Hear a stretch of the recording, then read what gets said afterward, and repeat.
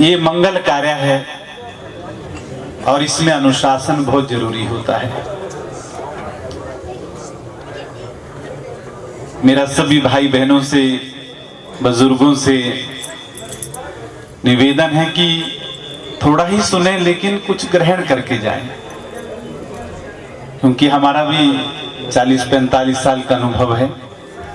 हम जो भी कार्यक्रम करते हैं उसमें अनुशासन भूल ना जाए। तो मेरा आप लोगों से यही निवेदन है कि ये जो आज मंगल कार्य है, ये जो गृह प्रवेश है, हम सब लोग यही प्रभु से प्रार्थना करें कि इस मंगल कार्य के अंदर प्रभु सदा मंगल ही मंगल हो। जो ये गृह प्रवेश यहाँ पर है, हमारी जगजननी आई माता जी से प्रार्थना है, सदगुरुदेव भगवान से प्रार्थना है, हमारे पूर्वजों से हमारी प्रार्थना है कि सदैव यहाँ पर जो है रिद्धि सिद्धि का वास रहे, सदैव यहाँ पर बुजुर्गों का आदर रहे, मातृशक्ति की इज्जत बचे, मातृशक्ति को जो है मातृशक्ति की नजरिया से देखे, भाई बहनों को, नौजवानों को जो है एक संस्कार करने का एक संस्कार ऐसा मिले कि जिससे हम समाज की सेवा करें, देश की सेवा करें। हर बेटा जो है अपने माता पिता को दुखी ना देखे, हर बेटी अपने माता पिता को दुखी ना देखे। देखो कितना सुंदर महापुरुष कहते हैं, हर कन्या एक सीता हो, हर बच्चा एक राम हो। कन्या कैसी होनी चाहिए? सीता जैसी। और बेटा कैसा होना चाहिए? राम जैसा होना चाहिए। ये महापुरुष बताते हैं। तो जिस घर के अंदर ऐसे संस्कार मिल जाते हैं भाई बहनों, उस घर के अंदर 33 कोटि देवता निवास करते हैं, रिद्धि सिद्धि का वास रहता है। वहां पर जो है किसी चीज की कमी नहीं रहती है, कोई व्याधि नहीं रहती है, काल जाल यम चोर का डेरा नहीं रहता है। ऐसा जो है इसमें हमारे संत महापुरुष बताते हैं। तो मेरा आपसे निवेदन है, आप मैं छोटा सा आपको बात करना चाहता हूं कि जब हम लोग माता जी की पूजा करते हैं या किसी भी इष्ट देव की पूजा करते हैं, मंदिर में जाके जब पूजा करते हैं तो हम लोग स्नान करके जाते हैं, नया कपड़ा पहन के जाते हैं। जाते हैं नहीं जाते हैं? अगर थोड़ा सा भी वहां पर कुछ मैल रह गया, थोड़ा कचरा रह गया, तो पहले उसको बाहर निकालते हैं। फिर कहते हैं इष्ट देव नाराज हो जाएगा, आराध्या देव नाराज हो जाएगा। ऐसा मन में भाव रहता है, क्योंकि हमारे को पहले से ऐसी परंपरा, ऐसी संस्कृति सिखाई है। तो मेरे प्यारे भाइयों, ये सत्संग जो है ये भी तो ईश्वर का स्थान है। अब हम एक तरफ से जो है चाय का गिलास मुंह में रखेंगे या एक तरफ से कोई बीड़ी सिगरेट मुंह में रखेंगे और प्रभु का गुणगान गाते रहेंगे, तो उसमें से उल्टा पाप लग जाता है। अगर कोई पुलिस ने वर्दी पहनी है और कानून का उल्लंघन करता है तो उसको डबल सजा है, 4 गुना ज्यादा सजा उसको है। एक तो वो नौकरी से बर्खास्त हो जाता है, उसको सस्पेंड कर दिया जाता है और आगे जाके बड़ा दुखी होता है। ऐसे ही अगर यहाँ संत महात्मा है, भगत समाज है, और हम लोग अपने शास्त्रों की, अपने संस्कारों की, अपने पूर्वजों की मर्यादा का ख्याल नहीं रखेंगे तो हमें भी 4 गुना ज्यादा सजा मिलेगी। क्यों? क्योंकि हम कानून का उल्लंघन कर रहे हैं। तो हमें थोड़ी देर ही भक्ति करनी है, 1 घंटा ही भक्ति करनी है, 2 घंटा ही भक्ति करनी है, लेकिन भाई बहनों अनुशासन से करनी है। माता पिता की सेवा आप घंटा 2 घंटा करो, लेकिन दिल लगा के करो। बड़े लोगों की अगर बात को आप मान रहे हैं, लेकिन उस बात को हूं करके नहीं कहना। अगर उन्होंने कोई बात कही तो उसको सोचना पड़ता है, विचारना पड़ता है, इससे अपने को लाभ क्या मिलता है। आप इस चीज को अच्छी तरह देखते हैं कि जब कोई दुकानदार दुकानदारी करता है तो अगर उसमें हम पूरा ध्यान देते हैं तो कोई चोर चोरी नहीं करता है। हमारे मारवाड़ में मोटे मोटे खेत होते हैं, अगर खेत की रखवाली बराबर करते हैं तो कोई रोजड़ा नुकसान नहीं करता है, करता है? अगर उसमें थोड़ा सा भी आपने रखवाली में कमी वैसी रख दी तो सारा खेत ही उजाड़ दिया जाता है। ऐसे हमारा जीवन भी है, ये जिंदगी भी वैसी ही है।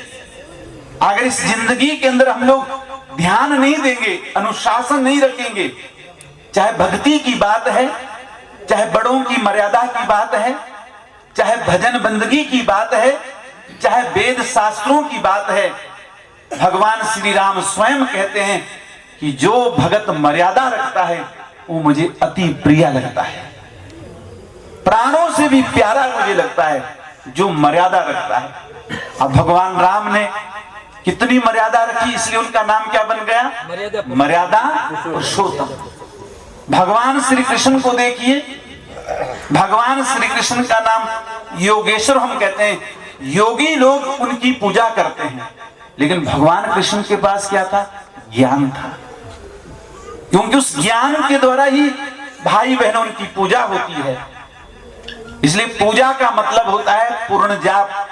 आपके अंदर जो निरंतर श्वास चल रही है, एक एक श्वास के अंदर उस नाम का जाप करना, प्रभु को याद करना। ये बेशकीमती श्वास किसने हमें दी है? ईश्वर ने दी है। और नाम स्मरण करने के बाद एक एक श्वास उसी को सौंप देना। हम कहते हैं त्वमेव माता त्वमेव पिता त्वमेव बंधु त्वमेव सखा त्वमेव विद्या त्वमेव द्रव्यम त्वमेव सर्वम मम देव देवा।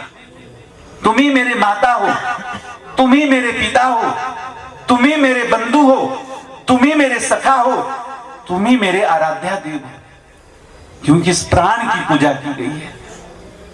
तो ये प्राण की पूजा भाई बहनों तभी होती है जब हम लोग पहले बड़ों से आशीर्वाद लेते हैं। आप जब इस ग्रह के अंदर प्रवेश करते हैं, किया होगा, या पहले भी जब बुजुर्ग लोग करते थे तो जो पहला दरवाजा पड़ता था उसमें पहले ऐसे नीचे हाथ रखते हुए फिर जो है अपने सिर पे उसको, अपने माथे पे उस हाथ को लगाते थे। बड़े लोग जो है, मंदिर है, लेकिन मंदिर की डेफिनेशन क्या है? मन प्लस इन, मन के अंदर जाना, अपने मन को काबू करना। आज घर में सोफा सेट है, आज घर में टीवी सेट है, आज घर में क्लॉक सेट है, आज घर में टी सेट है, लेकिन किसी को पूछे तेरा माइंड सेट है? हर एक सेट है पर माइंड इज अपसेट, मन अपसेट है। कितने साधन हमारे पास है भाई बहनों। ये कहावत थी, हम पुरानी बात सुनते थे भाई, जहां ना जाओ बैलगाड़ी वहां जाओ मारवाड़ी। ये कहावत है, लेकिन कितनी मेहनत की होगी, कैसे रास्ता बनाया होगा। हमने पूरा साउथ भ्रमण किया और आप भाई बहनों के बीच में ही प्रचार किया, आप भाई बहनों से ही सीखा भी। लेकिन आज भी हम लोग कभी आंख बंद करके चिंतन करते हैं कि मेरी बुजुर्गों ने, मेरी माताओं ने, मेरी बहनों ने, मेरे भाइयों ने जब हमें सिखाया है, उसकी इज्जत रखना भी हमारा धर्म है। अगर हमने उस इज्जत को गंवा दिया, उस इज्जत को खो दिया, तो क्या हुआ? कुछ नहीं हुआ। इसलिए संत कहते हैं क्या हुआ? धरती से पानी निकालना जाना, धरती से पेट्रोल डीजल निकालना जाना, चंद्रलोक तक जाना जाना, इतना हुआ तो क्या जाना, लेकिन अपने आप को तो ना जाना। हमने अपने आप को नहीं जाना। मीराबाई का इतिहास देखिए, आई माता का इतिहास देखिए, सहजोबाई का इतिहास देखिए, शिवाजी महाराज का इतिहास देखिए, विवेकानंद का इतिहास देखिए, कबीर साहब का इतिहास देखिए, प्रभु राम भगवान कृष्ण का इतिहास देखिए। उन्होंने हमें क्या सिखाया है कि जिस रास्ते पे महापुरुष चले उस रास्ते पे हमें भी चलना है। धर्म का रास्ता क्या है, ज्ञान का रास्ता क्या है, भक्ति का रास्ता क्या है, ये भाई बहनों हमें जानना पड़ेगा। इसी से ही हमारा देश विश्व का गुरु बनेगा। क्योंकि हमारा देश जो है ये सारे विश्व का गुरु था और आगे भी होगा, लेकिन पहले हमें बदलना पड़ेगा। आज लोग इतिहास के बारे में साक्षी होते हैं कि 1400 वर्ष पुराना मेरा इतिहास है, 2800 वर्ष पुराना मेरा इतिहास है, 5000 वर्ष पुराना मेरा इतिहास है, लेकिन भाई बहनों, हमारा जो सनातन धर्म है ये 50,000 वर्ष करोड़ पुराना इतिहास है। विचार कीजिए, 50,000 करोड़ पुराना इतिहास कितना होता है। तो हम लोगों के जो आदि माता पिता रहे, हम कहते मनु शत्रुपा थे, तो मनु शत्रुपा कब रहे? तो आज जो मनु शत्रुपा का रास्ता था उसी रास्ते पे हमें भी चलना है। इसलिए मैं ज्यादा नहीं कहूंगा, ये संतों की वाणी अटपटी होती है। संत की वाणी अटपटी, झटपट लखे ना कोई, जो झटपट लखे उसे चटपट दर्शन होए। चटपट उसको दर्शन हो जाता है। तो मेरा कहने का मतलब, हमारे को जो कार्य ईश्वर ने सौंपा है उसी कार्य के ऊपर मैंने थोड़ी रूपरेखा डाली, क्योंकि बादशाह अकबर ने एक रेखा खींची और सबको कहा कि इस रेखा को बिना मिटाए बिना छेड़े छोटी करना। सब लोग मौन हो गए कि इसको बिना मिटाए और बिना छेड़े छोटी कैसे कर सकते हैं। बीरबल को कहा, बीरबल तुम इसको छोटी करो, तो बीरबल ने उसके बगल में एक बड़ी रेखा खींच दिया और वो अपने आप छोटी पड़ गई। तो सनातन एक बहुत बड़ी रेखा है, ज्ञान एक बहुत बड़ी रेखा है, आत्मज्ञान एक बहुत बड़ी रेखा है। जब भाई बहनों हम उसको जान लेते हैं महापुरुषों के चरणों में बैठकर, तो हमारा ये जीवन भी सुखी हो जाता है, आने वाला जीवन भी सुखी हो जाता है। इसलिए संत क्या कहते हैं कि अपने जीवन में संतोष धन को प्राप्त करो, चाहना ज्यादा मत पैदा करो। चाह ना जाने क्या क्या कराने लगी, चाह ना जाने क्या क्या दिखाने लगी, चाह धेले से पैसे बनाने लगी, पैसे से रुपए कमाने लगी, रुपए से कोठी बनाने लगी, कोठी में मोटर लाने लगी, मोटर को होटल ले जाने लगी, होटल में बोतल खुलाने लगी। चाह पीली जिसने बे पीले पड़ गए, चाह छोड़ी जिसने बे रंगीले पड़ गए, चाह दिल से लगी दिल जरा हो गया, और चाह हरी से लगी दिल हरा हो गया। तो ये चाहना है, इसकी इच्छाओं की कभी पूर्ति नहीं होती है। लेकिन भाई बहनों, जो आज आपको ये सत्संग का वातावरण मिल रहा है, भजन बंदगी का वातावरण मिल रहा है, ये आपकी मोटी कमाई है। यही कमाई साथ में जाएगी। संस्कार, संस्कृति, सत्संग, सेवा, और वो भी निष्काम भाव से, वो हमारे साथ जाती है। ये जीवन इसी के लिए मिला है। काई कारण आया बनने काई धंधे लागू रहे। किसके लिए आए थे? वादा किया है, वचन दिया है, हे प्रभु एक बार अगर मिनक दे मिल जाएगी तो तेरे को पा लेंगे और तेरे धाम ही पहुंच जाएंगे। लेकिन आज हम उस वादा को भूल गए, आज उस वचन को भूल गए। तो ये वचन दिलाने के लिए ही संत महापुरुष आते हैं कि हे जीव, 84 लाख योनियों के बाद मिनख देह मिली, और इसमें भी अगर तूने ईश्वर को, परमात्मा को प्राप्त नहीं किया, इसमें भी तूने सेवा बंदगी नहीं किया, इसमें भी तूने भजन बंदगी नहीं किया, तो आगे दोबारा लक्ष्य 84 तैयार है। कितना तकलीफ होता है। मुझे परसों एक कैंसर हॉस्पिटल में जाने का मौका मिला। हम देखते हैं वहां लोगों की हालत क्या है, हाय हाय हाय चिल्ला रहे। किसी को पूछा क्या, कहते जी 25 वर्ष तक हम बस कमाई करते गए, कमाई करते गए। मैंने कहा जो कमाई किया बस इसी के लिए किया कि मेरा इसी हॉस्पिटल में इलाज हो। हम यही करते हैं जिंदगी में भाई बहनों, कमा लेना कमा लेना कमा लेना, और हमारे पूर्वजों ने जो कहा था उस वादा को हम भूल जाते हैं। तो मेरा आपसे यही निवेदन है, यही विनती है कि आप लोग जो है इस मानव शरीर को प्राप्त किए हैं, ईश्वर के ज्ञान को जरूर जानना, घड़ी दो घड़ी भगवान का भजन जरूर करना, और कभी भी अपने बड़े लोगों को दुखी मत करना। कभी भी माता पिता की आंखों से, दादा दादी की आंखों से आंसू की धारा न बहने देना। जब इतना सुंदर प्रभु ने शरीर दिया है, सेवा के लिए दिया है। सेवा करो, सेवा से आपका मन पवित्र हो जाएगा। लोग कह रहे भाई मन पवित्र होना चाहिए, मन अच्छा होना चाहिए, मन में भाव अच्छे होने चाहिए, निर्मल मन होना चाहिए। लेकिन भाई बहनों कैसे हो सकता है? संत महापुरुष ने समझाया कि राम नाम के साबुन से जो मन का मैल धुलाएगा, निर्मल मन के शीशे में वो राम का दर्शन पाएगा। अब सुन तो लिया, आप जैसे ही सज्जन घर में गए, अपनी पत्नी को कहा कि आज महापुरुष ने बहुत अच्छा सत्संग सुनाया। कहते हैं क्या सुनाया? कि मन को साफ करने का, मन को निर्मल करने का। कहते महाराज क्या करना फिर? धर्मपत्नी आज्ञाकारी थी, तो कहा ऐसा कर तू, क्योंकि उन्होंने कहा भाई राम नाम के साबुन, साबुन तो याद कर लिया, केवल मात्र साबुन का या साबुन का घोल याद कर लिया। तो उसकी अपनी घरवाली को कहता है कि तू एक जग में घोल घोल के ला, साबुन का, सर्फ डाल के ले या साबुन ला के।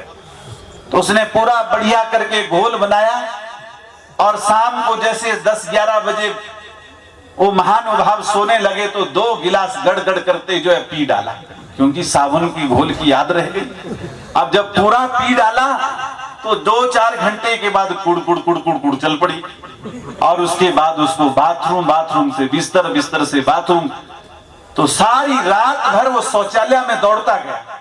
तो दूसरे दिन महापुरुष के पास गया, कहने लगे महाराज ऐसा सत्संग मत सुनाना, आपने कहा था कि भाई मन साफ हो जाएगा, लेकिन मन तो साफ नहीं हुआ, लेकिन पेट जरूर साफ हो गया। तो कहने का मतलब उन्होंने क्या उदाहरण दिया कि जैसे साबुन के घोल से मैला कपड़ा साफ हो जाता है, ऐसे ही नाम सुमिरन करने से, नाम का चिंतन करने से भी जो मन के अंदर दाग लगे होते हैं वो भी साफ हो जाते हैं। तो इसीलिए नाम के अंदर भाई बहनों इतनी शक्ति है। हनुमान जी ने जब नाम को जाना, राम को अपने बस में कर लिया। आज हम लोग गणेश वंदना करते हैं, तो आप देखिए गणेश जी महाराज क्या कह रहे हैं, सुमिर नाम प्रभाव जान गणराऊ, प्रथम पूजियत नाम प्रभाव। जब गणेश जी महाराज ने नाम के प्रभाव को जाना तो पहले उनकी पूजा होने लगी। राम जी ने जब हनुमान जी को नाम दिया तो राम जी को भी उन्होंने अपने बस में कर लिया। तो नाम के अंदर वो शक्ति है, लेकिन वो सही नाम जब मिलता है और थोड़ा जब जीव सुमिरन भजन करता तो उससे चेंज होता है। तो मैं ज्यादा नहीं कहूंगा, मैं समझ रहा हूं आपका मन जो है थोड़ा शैतानियत कर रहा है, भागने की कोशिश कर रहा है, मैं देख रहा हूं, क्योंकि मन की पढ़ाई हमने पढ़ी है। तो इसलिए मन जो है, भगवान कृष्ण गीता में कह रहे हैं कि भाई जो मन को जीतता है वही सबसे बड़ा विजेता है। जिसने अपने मन को काबू में रखा है वही महान है। तो जो मन को जीतता है, मन को अपने काबू में रखता है, वही ज्ञान, भक्ति, वैराग्य को प्राप्त करता है। उसके पास ही ज्ञान का खजाना रहता है, क्योंकि मन देवता बन जाता है, और जब ये मन संसार में लगता है, बुराइयों में लग जाता है, यही असुर बन जाता है। क्योंकि हमारे अंदर ही राम है और हमारे अंदर ही रावण भी है, एक ही राशि है दोनों की। हमारे अंदर ही कृष्ण भी है और हमारे अंदर ही कंस भी है, दोनों एक ही राशि है। अगर मन को आपने काबू में कर लिया और नाम के साथ जोड़ दिया तो आपने राम को पा लिया। अगर मन आपका संसार में बिखर गया तो यही मन आपको खाने के लिए दौड़ेगा। मन एवं मनुष्याणा कारण बंध मोक्षो, मन ही मनुष्य के लिए बंधन का कारण है और मन ही मनुष्य के लिए मुक्ति का कारण है। तो मन को मुक्ति के मार्ग में ले जाने के लिए ज्ञान को प्राप्त करना जरूरी होता है। इसे मैं लास्ट में यही कहूंगा कि सारी दुनिया का होकर देखो, जो कुछ पास बचा उसे खोकर देखो, क्या कहूं इसमें कैसी है लज्जत, एक मर्तबा गुरुदेव का होकर देखो। तो मैं ज्यादा नहीं कहूंगा। आज इस शुभ कार्य के अंदर अगलेचा परिवार को जो है बहुत बहुत बधाई देता हूं, और आप भाई बंधु भी यहाँ आए, आप लोगों को भी बहुत बहुत साधुवाद देता हूं कि आपने इन विचारों को बड़ा ध्यान पूर्वक श्रवण किया। सर्वे भवन्तु सुखिना, सर्वे सन्तु निरामय, सर्वे भद्राणि पश्यतु, मां कस्तुक भाग भवेतु। बोलिए सद्गुरुदेव महाराज की जय हो। दोनों हाथ खड़ा करते हुए अम्बे जगदम्बे आई मात की जय हो। सियापति रामचंद्र भगवान की जय हो। वृंदावन बिहारी लाल की जय हो। सच्चे दरबार की जय हो।